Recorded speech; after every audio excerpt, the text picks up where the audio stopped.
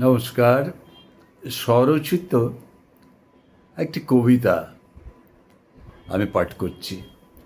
কবিতার নাম রসালো।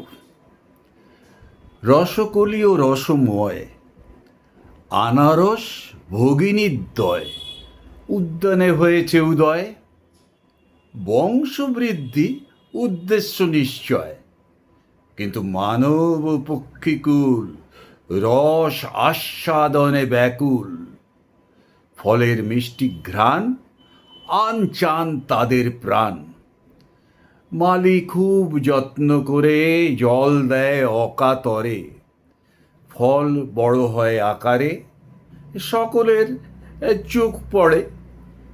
দুষ্টু দুটি ছেলে টপকে পাঁচিল অবহেলে নিল দুটি আনারস, চুরি বিদ্যায় তারা চৌকস। গাছে ফলের জন্ম বীজ ছড়ানোর জন্য, বীজে হয় গাছের চারা।